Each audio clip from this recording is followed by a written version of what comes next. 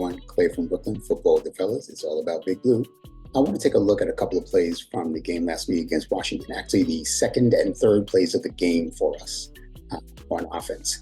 And I just don't quite get either of them. And I just wanted to take a little look at them and maybe see what you guys think about what I think about those plays. So here is the first drive of the game. This is the second down play. Tyrone Tracy had just run for about 3 yards, and it was 2nd and 7. And here's the play. So first, I'm just gonna let you watch the play. See Theo Johnson motions into the backfield and completely ignores Dorance Armstrong, number 92. Instead of blocking him, he just runs right past him. I don't quite get that. I don't understand what the point of not blocking him was.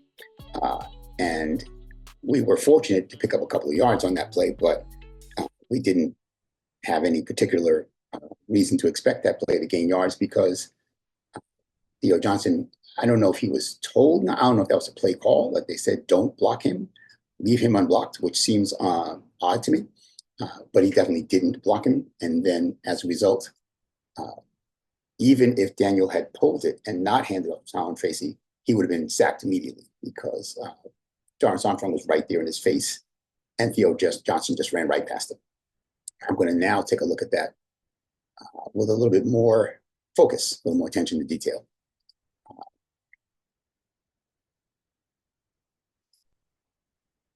So again, here we see Theo in the backfield. So it looks to me like he should block Dorance Armstrong. Now, 92 is right in front of him at this point, but he doesn't. And I don't quite understand that. And if it's an RPO, so if Daniel Jones had pulled the ball and not handed it to Tracy, Dorance Armstrong is right there to make the tackle.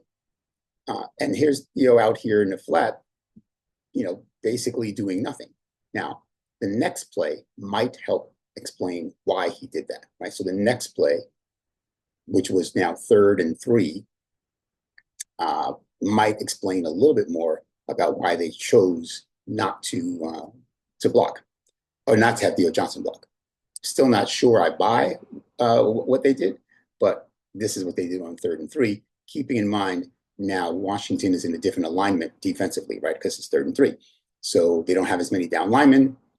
They're really in a pass defense on this play. So here's our 3rd and 3 play. The very next play.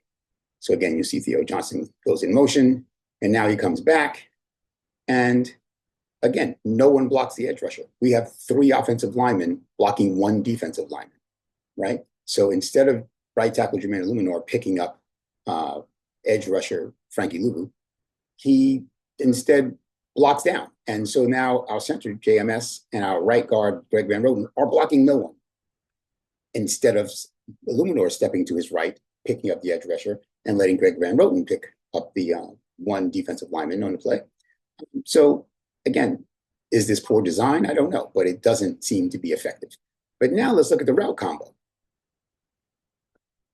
As we see, the 2 wide receivers who were to the right are basically next to each other. They're within 5 yards of each other. Like basically one guy could have covered both of them. Certainly, there was very little reason for the 2 of them to be this close to each other.